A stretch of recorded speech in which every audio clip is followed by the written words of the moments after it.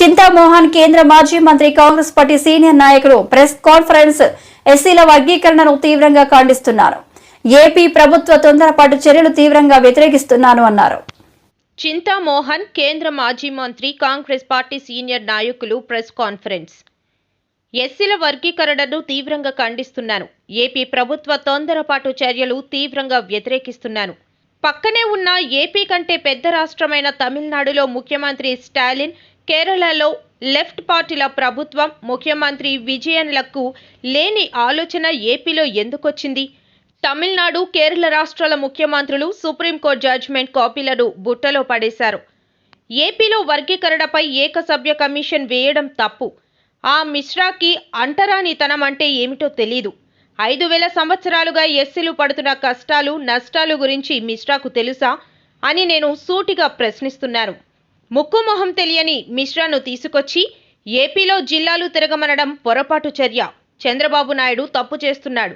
నీ చెడ్డీ ఊడిపోక ముందే చేసిన తప్పులను సరిచేసుకోమని తెలియజేస్తున్నాను.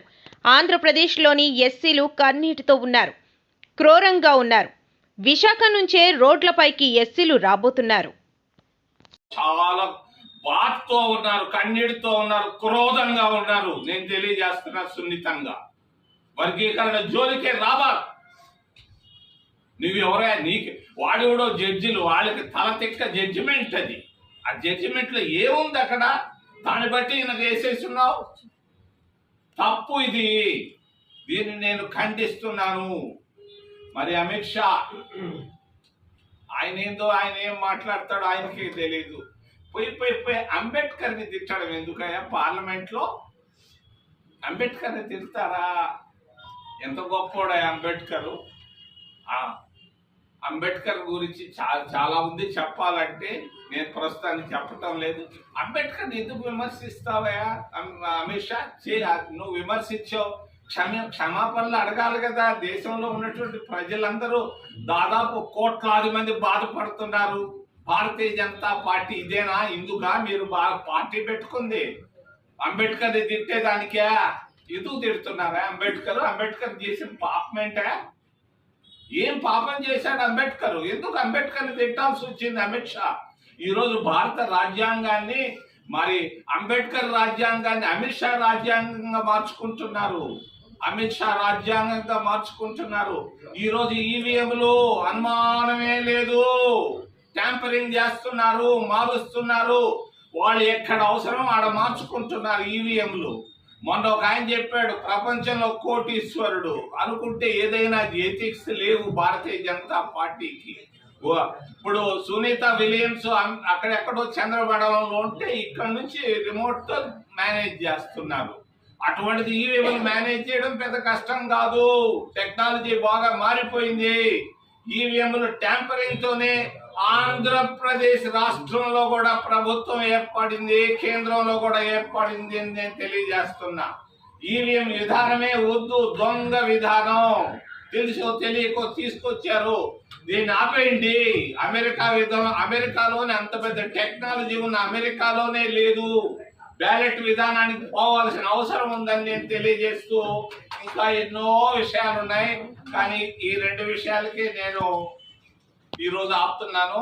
మరి చివరిలో ఒక్క విషయం గురించి చెప్పాలనుకుంటున్నాను. జర్నలిస్టుల గురించి. మీరు కష్టపడుతున్నారు పొద్దున్న నుంచి సాయంకాలం దాకా.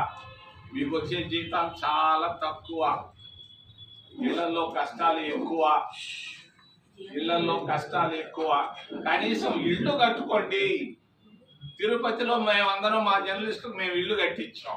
అందరూ లక్షాధికారులు, కొంతమంది కోటీశ్వరులు కూడా అయ్యారు, కారుల్లో ఉన్నారు. నేను ఈ దఫా విశాఖపట్నం వచ్చే లోపల నాకు ఒక అర్జీ మీరు కానీ మొన్న విజయవాడలో కూడా ఇదే చెప్పాను. మీరు ఒక అర్జీ రాసిస్తే నేను తలా 5 సెంట్లు ఇప్పించేదాన్ని నేను గట్టిగా ప్రయత్నం చేస్తాను. నేను ముఖ్యమంత్రితో మాట్లాడతాను. ముఖ్యమంత్రితో అంటే నేను 300 ఎకరాలు టాటాకి ఇస్తానంటాడు. అంటే ఇంకొకరికి 1000 ఎకరాలు, 1,00,000 ఎకరాలు, 5 లక్షల ఎకరాలు ఒక్కొక్క ఆయనకి ఇస్తాడంట, బొంబాయిలో ఉండే ఆయనకి. మరి జర్నలిస్టులకు 5 సెంట్లే అడుగుతున్నా నేను, 1,00,000 ఎకరాలు అడగటం లేదు. ఖచ్చితంగా ప్రతి వర్కింగ్ జర్నలిస్టులకి మరి ఇళ్ల స్థలాలు ఇవ్వాలని రాష్ట్ర ప్రభుత్వాన్ని నేను డిమాండ్ చేస్తూ నాకు అర్జీ రాసింది, నేను వచ్చేది చేస్తానని తెలియజేస్తే నాకు ప్రశ్నలు ఉంటే అడగమని మిమ్మల్ని చేతులు ఎత్తి ప్రార్థిస్తున్నా. సార్, ఇది ఈవీఎంలు అనేది ఎవరి హయాంలో ప్రవేశపెట్టారు? అయ్యా, మా హయాంలోనే ప్రవేశపెట్టాం. మేము దొంగ పనులు చేయలేదు. ఇప్పుడు మేము తీసుకొచ్చాం ఏది అక్కడ ఉక్కు ఫ్యాక్టరీని, మేము జనాలకి వేల మందికి ఉద్యోగాలు ఇచ్చాం, వాళ్ళు తీసేస్తున్నారు. అట్లాగే ఈవీఎంలు మేము తీసుకొని వచ్చాం. మేము తప్పులు చేయలేదు, ఇష్ట పెట్టి మేము కొట్టలేదు. ఆడ మా దగ్గర తెలిసిపోయింది. సునీత విలియమ్స్ ని రిమోట్ తో మేనేజ్ చేస్తున్నారు భూమి పైన కూర్చొని. ఈవీఎంలు మేనేజ్ చేయడం చాలా సులువు, వాళ్ళకి ఎథిక్స్ లేవు. ఏదైనా చేయగలరు అధికారంలోకి వచ్చేదానికి. ఎథిక్స్ ఉంటే మాకు ఎథిక్స్ ఉన్నాయి, మేము పొరపాట్లు చేయలే. వాళ్ళకి ఎథిక్స్ లేవు కాబట్టి మేము దీన్ని ఖండిస్తున్నాం. ఈవీఎంలు వద్దు అని మేము తెలియజేస్తాం. సార్, ఇప్పుడు జగన్మోహన్ రెడ్డి అసెంబ్లీకి రావట్లేదు 11 మంది ఎమ్మెల్యేలు, కానీ శాలరీలు తీసుకోవడం కరెక్టే అంటారా? ఇది వైసీపీ పార్టీకి 11 మంది ఎమ్మెల్యేలు ఉన్నారు, వాళ్ళ నుంచి అసెంబ్లీకి రావట్లేదు, శాలరీలు తీసుకోవడం కరెక్టే అంటారా? ఆయన స్టాండ్ కరెక్టా కాదని అంటారా, అడుగుతారా? ఆయన కరెక్ట్ అయితేనేమి, కరెక్ట్ కాకపోతే దేశానికి వచ్చిన నష్టం ఏంది, ఆంధ్రప్రదేశ్ రాష్ట్రానికి వచ్చిన నష్టం ఏంది ఆయన వల్ల? నేను ఇంకొక మీకు తెలియని రహస్యాన్ని ఒకటి చెప్తా. ఆయన పైన 11 కేసులు ఉన్నాయి. జనాలు కూడా మహా తెలియపరులు, అందుకే ఆయన 11 సీట్లు ఇచ్చారు. ఆయన గురించి నేను ఎందుకు మాట్లాడటం, జనాలు మాట్లాడతారు. 11 కేసులు ఉన్నాయి ఆయన పైన, రిజిస్టర్డ్ కేసులు. 11 సీట్లు ఎందుకు వచ్చినాయి? 11 అంటే అందుకొరకే వచ్చినాయి. ఆయన మరి కొన్ని కేసులు ఎక్కువ పెంచుకొని ఉంటే ఎక్కువ సీట్లు వచ్చి ఉండేమో. మరి ఆయన తక్కువగా లిమిట్ గా 11 సీట్లకే లిమిట్ అయ్యాడు. 11 ఎమ్మెల్యేలు వచ్చారు, ముద్దుగా వచ్చారు. దాని గురించి నేను ఆయన పోతే ఏం పోకపోయినా ఇబ్బంది లేదు. అంటే నియోజకవర్గంలో కొంతమంది కొత్త ఎమ్మెల్యేలు ఉన్నారు కదా, వాళ్ళ నియోజకవర్గ సమస్యలు కానీ చెప్పాలంటే ఇక్కడ లేకుండా పోయింది కదా సార్. అది ఇప్పుడు మేము ఉండవయ్యా, సమస్యలు ఉన్నాయి, వచ్చుళ్ళ మీ దగ్గరకే అటు రావచ్చు, ఆడకే పోయి మాట్లాడు.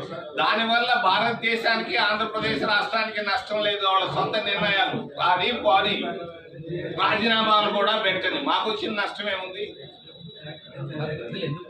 ప్రజలు లేదా, ప్రజలు వాళ్ళని కోరుకోవటం లేదా, కాంగ్రెస్ ను కోరుకుంటున్నారా? కాకపోతే మాకు నాయకత్వం సరిగ్గా లేదు. మాకు విశాఖపట్నానికి అంతా వచ్చి ఈ అమిదమ్మ, మా సూర్యారావులు ఏదో అక్కడక్కడ చేతుల మీద నాయకులంతా వెళ్ళిపోయారు డబ్బు కొరకు. మరి కాంగ్రెస్ పార్టీ దగ్గర నాయకులు లేక మేము కొరతలో ఉన్నాం. మాకేమి సిద్ధాంతాలకి అయ్యా లేదని నేను చెప్పానమ్మా. నేను ఆమె అడుగుతున్నా లేదని నేనేమన్నా ఇప్పుడన్నా చెప్పానమ్మా? అరే నాయన, నువ్వు నాయకుడు అయ్యా. నాయకుడు అంటే ఎవరు? నీతి